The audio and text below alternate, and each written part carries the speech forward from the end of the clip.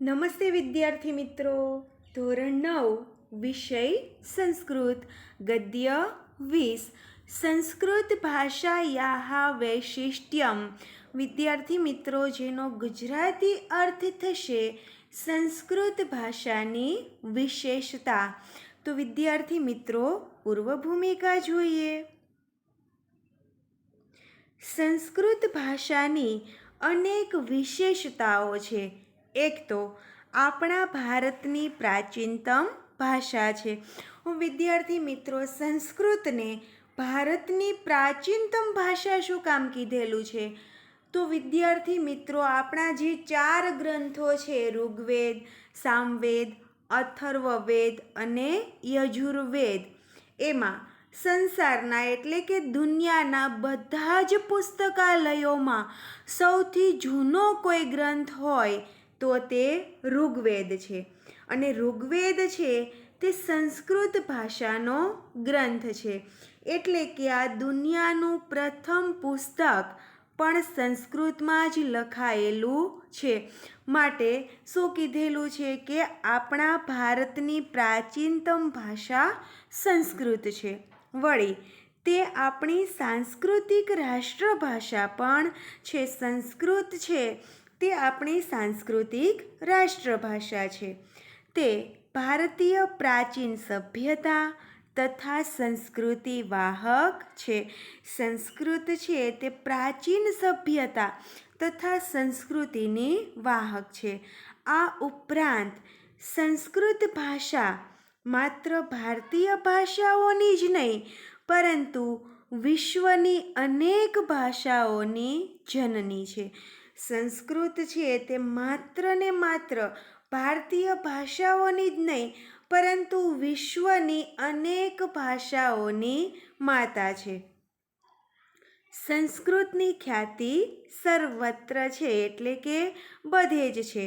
પરંતુ અત્યારે તે પ્રાચીન જમાનાની જેમ બોલચાલની ભાષા રહી નથી. સંસ્કૃત ભાષા છે તે પ્રાચીન જમાનાની એટલે કે પહેલાંના જમાનામાં બોલચાલની ભાષા હતી, તે અત્યારે રહી નથી. આને લીધે લોકોની તેની સાથે આત્મીયતા બંધાતી નથી.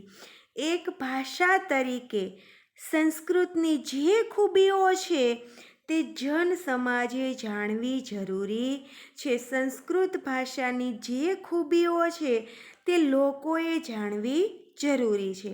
પ્રસ્તુત પાઠમાં તે દિશામાં પ્રવૃત્તિનો ઉપક્રમ અને પ્રયત્ન છે.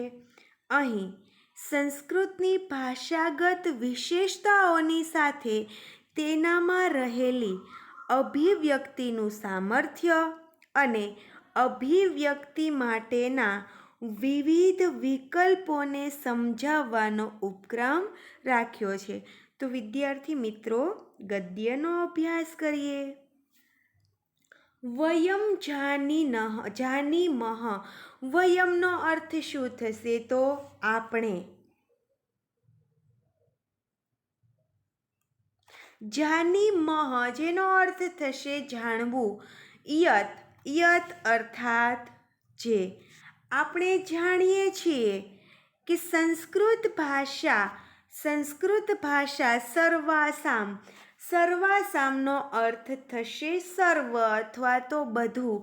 ભારતીય ભાષાણામ જનની વર્તતે. ભારતીય ભાષાણામ અર્થાત ભારતીય ભાષાઓની જનની.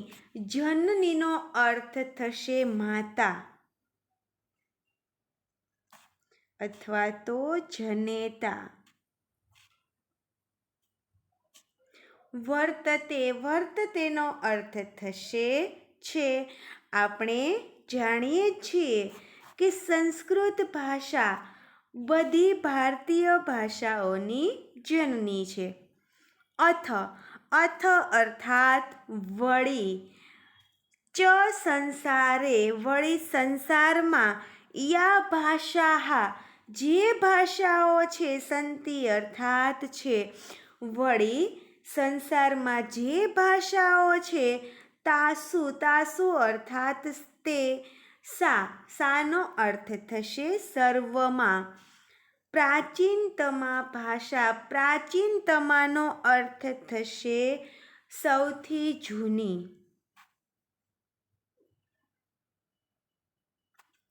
સૌથી જૂની ભાષા, સૌથી જૂની ભાષા છે.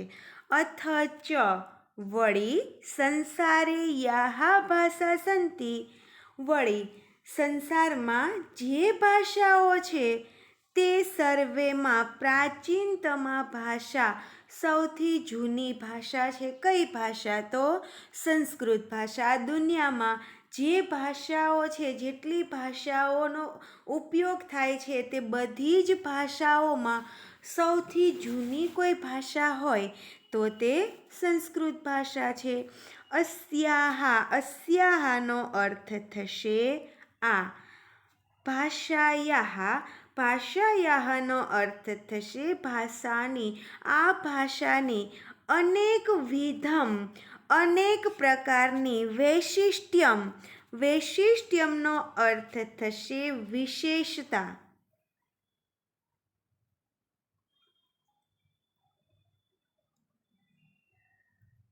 અસ્તિ અર્થાત છે. આ ભાષાની અનેકવિધમ વૈશિષ્ટ્યમ અર્થાત અનેક પ્રકારની વિશેષતાઓ છે. અત્રનો અર્થ થશે અહીં. ઉદાહરણ રૂપેણ, અહીં ઉદાહરણ તરીકે. વૈશિષ્ટ્યમ પ્રદર્શયામઃ, અમે કંઈક વિશેષતા પ્રદર્શિત કરીએ છીએ. સંસ્કૃત ભાષા છે તે સૌથી જૂની ભાષા છે અને સંસ્કૃત ભાષા છે તે બધી જ ભારતીય ભાષાઓની જનેતા છે. માટે અહીં ઉદાહરણ તરીકે એટલે કે આ પાઠમાં ઉદાહરણ તરીકે કંઈક વિશેષતા પ્રદર્શિત કરવામાં આવી છે. વિદ્યાર્થી મિત્રો, અહીં શબ્દ છે અનેકવિધમ, તો ત્યાં સમાસ છે. સામાસિક પદ બનશે અનેકાહા વિધાહા, અનેકાહા વિધાહા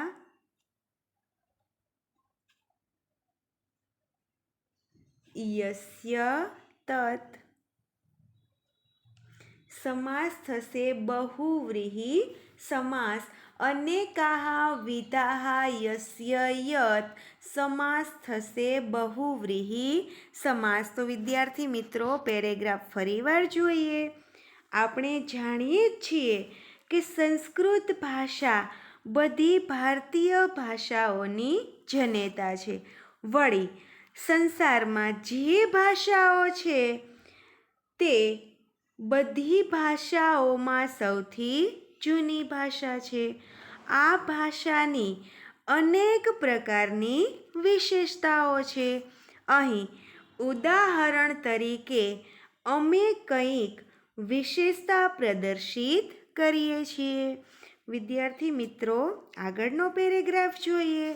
પ્રથમ વૈશિષ્ટ્યમ, તો પ્રથમનો અર્થ શું થશે? પહેલું. વૈશિષ્ટ્યમ તો વિશેષતા, પહેલી વિશેષતા. સંસ્કૃત ભાષાની પહેલી વિશેષતા જે આપણે જોઈએ. સંસારસ્ય, વિદ્યાર્થી મિત્રો, જ્યાં પણ સ્ય પ્રત્યય આવે તેનો ગુજરાતી અર્થ થશે ના. માટે સંસારના. સમસ્તેષુ અર્થાત સર્વ કે બધું. સંસારના સર્વ. પુસ્તકાલયેષુ અર્થાત પુસ્તકાલયોમાં. પ્રાચીનતમઃ, પ્રાચીનતમઃનો અર્થ થશે સૌથી જૂનો. ગ્રંથ વર્તતે, ગ્રંથ છે ઋગ્વેદ, ઋગ્વેદ. વિદ્યાર્થી મિત્રો, સંસારના સર્વ પુસ્તકાલયોમાં એટલે કે દુનિયાના બધા જ પુસ્તકાલયોમાં સૌથી જૂનો ગ્રંથ કોઈ હોય તો તે ઋગ્વેદ છે. આપણા ગ્રંથો કેટલા છે? તો 4: ઋગ્વેદ, સામવેદ, યજુર્વેદ અને અથર્વવેદ. એમાંથી સૌથી જૂનો એટલે કે પહેલો ગ્રંથ કોઈ હોય તો તે ઋગ્વેદ છે. અયમપી, અયમપીનો અર્થ થશે આ પણ. અહીં સંધિ છૂટી પડે છે. અયમ પ્લસ અપી.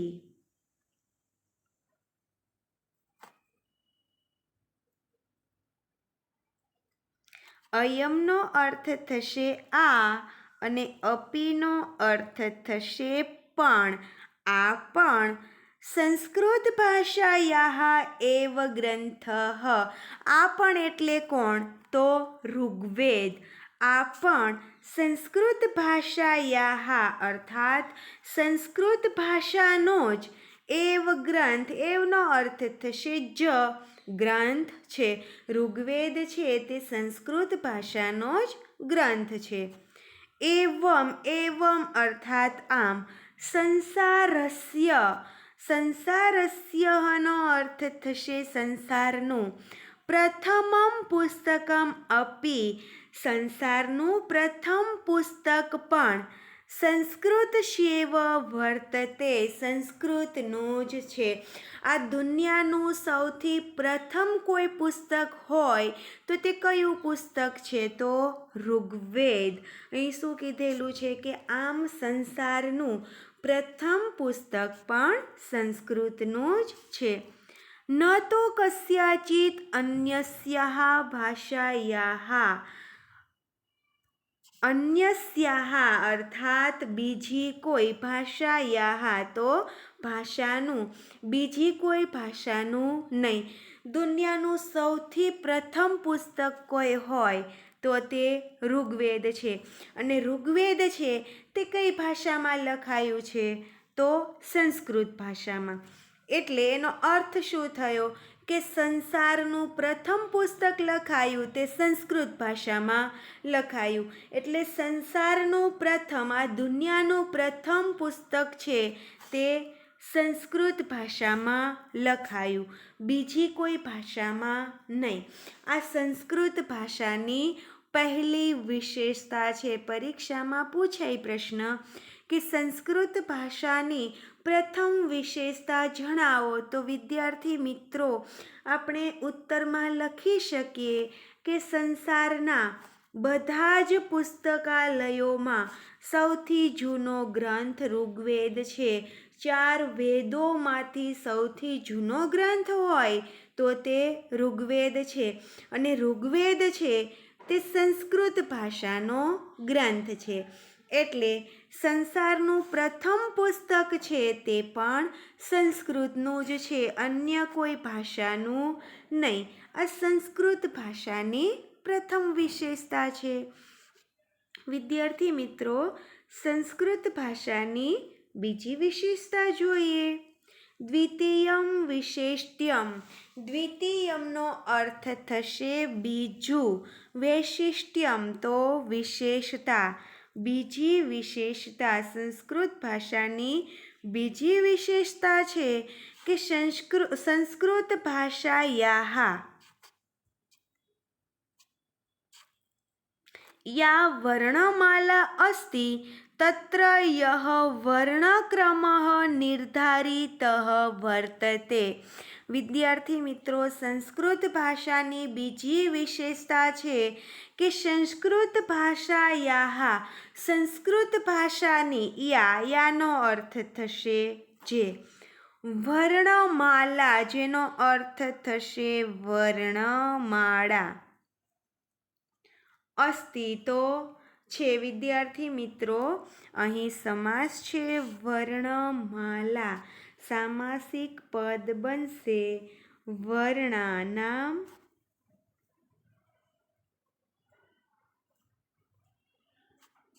માલા. વર્ણાનામ માલા ષષ્ઠી તત્પુરુષ સમાસ. હવે વિદ્યાર્થી મિત્રો વર્ણમાળા એટલે શું? તો સ્વરો અને વ્યંજનોની માલિકા. જેમાં સ્વર અને વ્યંજન આપેલો છે તેને શું કહેવાય? વર્ણમાળા. સ્વરો કેટલા છે? તો 13. અ, આ, ઈ, ઉ ઉ ઋ એ ઐ ઓ ઔ અમ અને અહ એ સ્વર છે અને વ્યંજન જેમાં ક થી જ્ઞ સુધીનો સમાવેશ થાય છે તેને શું કહે છે? વર્ણમાળા. તો અહીં શું કીધેલું છે કે સંસ્કૃત ભાષાની જે વર્ણમાળા છે તત્ર યહ તેમાં જે વર્ણક્રમ નિર્ધારિત વર્તતે, વર્ણક્રમ એટલે કે વર્ણનો ક્રમ, નિર્ધારિત અર્થાત નક્કી કરેલ, નિર્ધારિતનો અર્થ થશે નક્કી કરેલો છે. સંસ્કૃત ભાષાની જે વર્ણમાળા છે તેમાં વર્ણોનો જે ક્રમ નક્કી કરેલો છે સહ અર્થાત તે. વૈજ્ઞાનિક તાર્કિક ચ અસ્તિ, તે વૈજ્ઞાનિક અને તાર્કિક, તાર્કિકનો અર્થ થશે તર્કસંગત.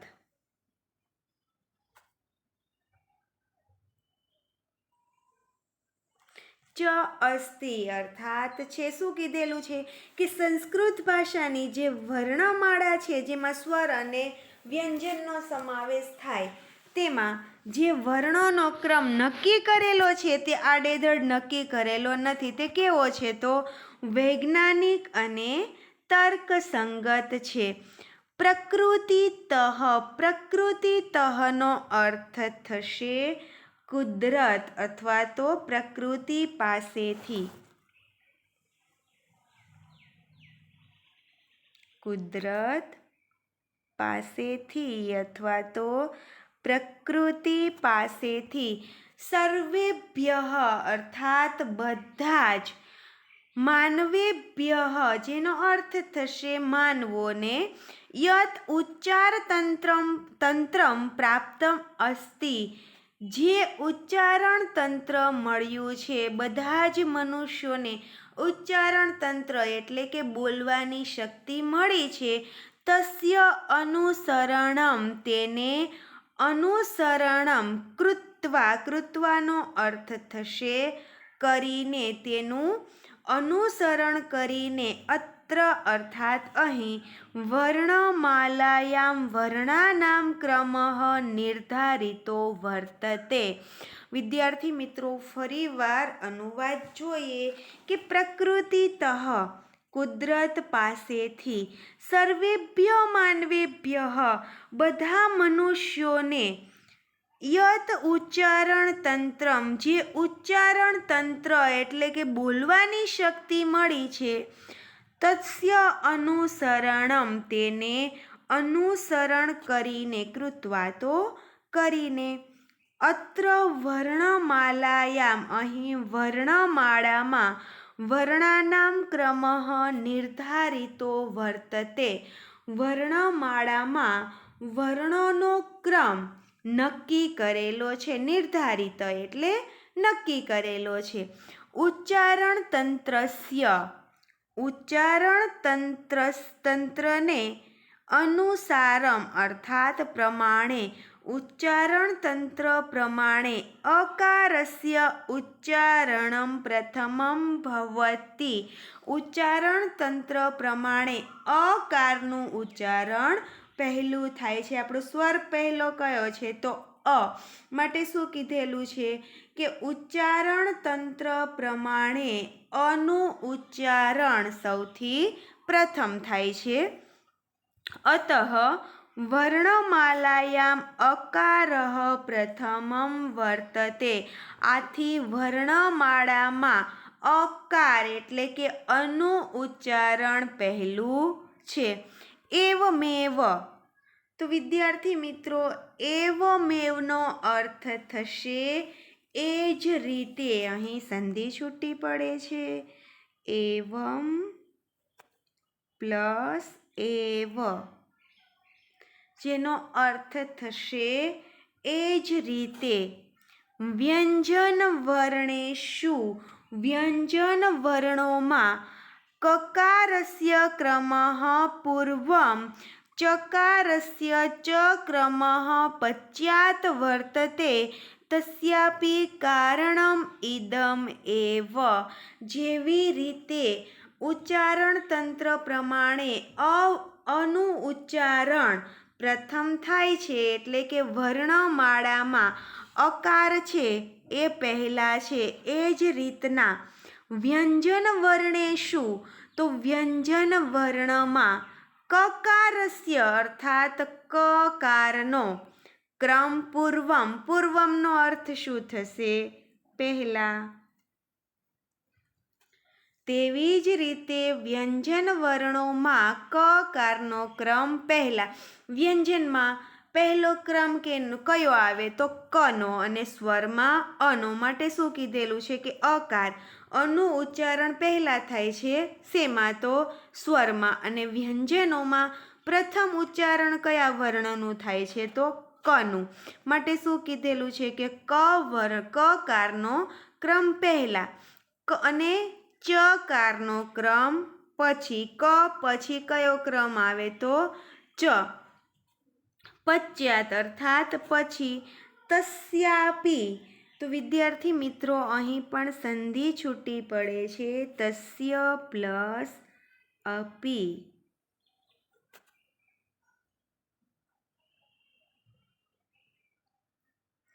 તસ્યનો અર્થ થશે તેનું, અને અપી અર્થાત પણ. કારણમ ઇદમ એવ. વિદ્યાર્થી મિત્રો અહીં સંધિ છૂટી પડે છે. કારણમ પ્લસ ઇદમ પ્લસ એવ, જેનો અર્થ થશે કારણ આ જ છે. અન્યાસુ ભાષાસુ યાહ વર્ણમાલાઃ સંતિ. અન્યાસુ ભાષાસુ એટલે કે અન્ય બીજી ભાષાઓમાં જે વર્ણમાળાઓ છે, તત્ર એતાદૃશઃ તાર્કિકઃ વૈજ્ઞાનિકઃ ચ ક્રમઃ ન મિલતિ. બીજી ભાષાઓ છે તેમાં જે વર્ણમાળાઓ છે ત્યાં આવો તર્કસંગત અને વૈજ્ઞાનિક ક્રમ મળતો નથી. જેવો તર્કસંગત અને વૈજ્ઞાનિક ક્રમ સંસ્કૃત ભાષાની વર્ણમાળામાં જોવા મળે છે, તેવો અન્ય ભાષાની વર્ણમાળાઓમાં જોવા મળતો નથી. સંસ્કૃત ભાષાની બીજી વિશેષતા કઈ છે? તો પેરેગ્રાફ ફરીવાર જોઈએ કે સંસ્કૃત ભાષાની જે વર્ણમાળા છે તેમાં વર્ણોનો ક્રમ નક્કી કરેલો છે. તે કેવો છે? તો વૈજ્ઞાનિક અને તર્કસંગત. સંસ્કૃત ભાષાની વર્ણમાળામાં વર્ણોનો ક્રમ નક્કી કર્યો છે તે વૈજ્ઞાનિક અને તર્કસંગત છે.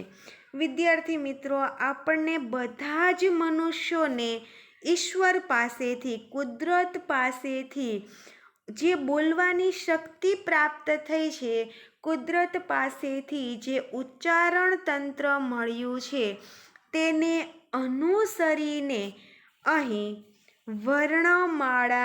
વર્ણમાળામાં વર્ણોનો ક્રમ નક્કી કરેલો છે. અને ઉચ્ચારણ તંત્ર પ્રમાણે અકારનું ઉચ્ચારણ પહેલું થાય છે. સ્વરમાં પહેલો અક્ષર કયો આવે? તો અ. માટે શું કીધેલું છે કે અનું ઉચ્ચારણ પહેલા થાય છે. આથી વર્ણમાળામાં અકાર પહેલો છે. એ જ રીતે વ્યંજન એટલે કે ક થી જ્ઞ સુધીના વર્ણોમાં કકારસ્ય એટલે કે કકારનો ક્રમ પહેલા, ક વર્ણનો ક્રમ પહેલા, અને ચકારસ્ય અર્થાત ચ વર્ણનો ક્રમ પશ્ચાત, તો પછી છે. તેનું કારણ પણ આ જ છે. આ જ કારણ એટલે શું કે જે વર્ણમાળા છે તે આપણી વૈજ્ઞાનિક અને તર્કસંગત છે, એટલે કે તેનું કારણ પણ આ જ છે.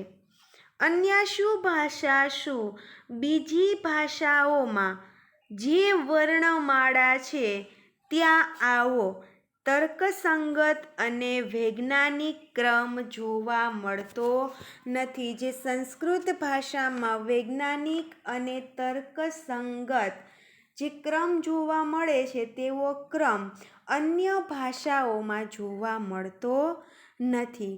વિદ્યાર્થી મિત્રો, વિશેષતા ત્રીજી જોઈએ.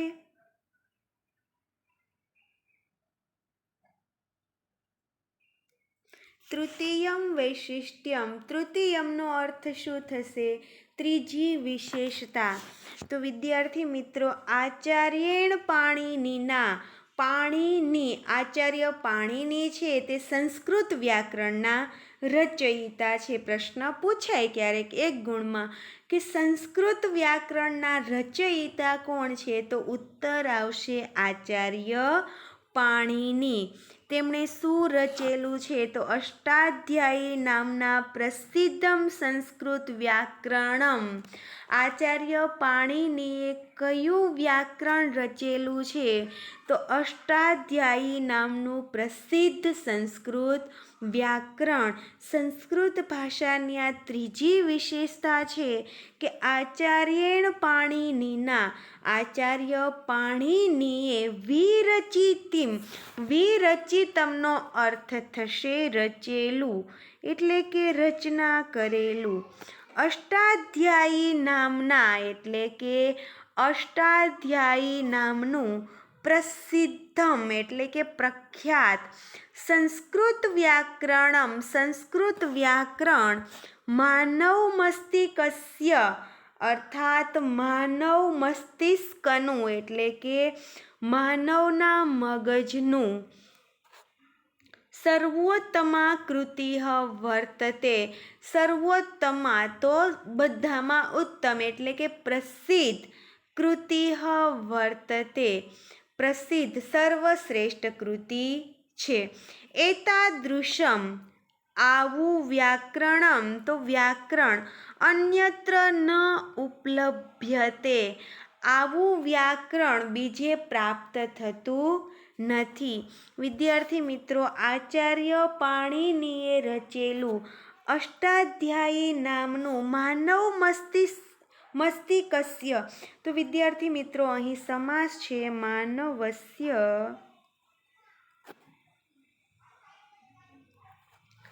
માનવસ્ય મસ્તિષ્કમ.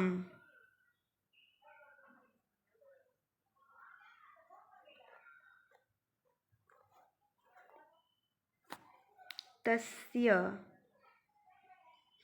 વિદ્યાર્થી મિત્રો, સમાસ થશે ષષ્ઠી તત્પુરુષ સમાસ. અને એનો ગુજરાતી અર્થ શું થશે? તો માનવના મસ્તિષ્કનું સર્વોત્તમા. તો વિદ્યાર્થી મિત્રો, સર્વેશામ સર્વેષુ વા ઉત્તમા ષષ્ઠી કે સપ્તમી તત્પુરુષ સમાસ, એટલે કે સર્વશ્રેષ્ઠ. સર્વશ્રેષ્ઠ વ્યાકરણ છે.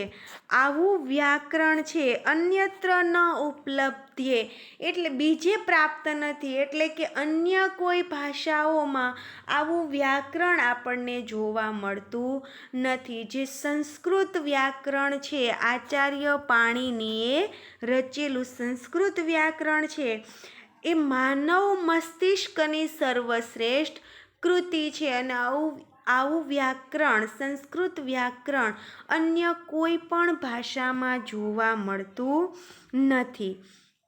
તો વિદ્યાર્થી મિત્રો, પરીક્ષામાં પ્રશ્ન પૂછાય છે કે સંસ્કૃત ભાષાની કોઈ પણ બે વિશિષ્ટતાઓ જણાવો. તો અહીં આ ગદ્યમાં સંસ્કૃત ભાષાની વિશેષતાઓ આપેલી છે. 1 થી 8 વિશેષતા આપેલી છે, જેમાં આપણે 1 થી 3 વિશેષતાનો અભ્યાસ કર્યો. તો તમે કોઈ પણ બે વિશેષતાઓ લખી શકો. અને વિદ્યાર્થી મિત્રો, ગદ્યમાં જે શબ્દાર્થ અને સમાસ સમજાવ્યા તે પાકી બુકમાં લખવા. અને આજના વિડીયો લેક્ચરમાં કંઈ પણ પ્રશ્ન હોય તો કોમેન્ટ બોક્સમાં લખીને જાણ કરવી, જેથી તમારા પ્રશ્નનું સોલ્યુશન થઈ શકે. ગદ્ય અનુવાદ, ગદ્ય જ્યારે પૂર્ણ થાય ત્યારે લખવાનો રહેશે. અસ્તુ વિદ્યાર્થી મિત્રો.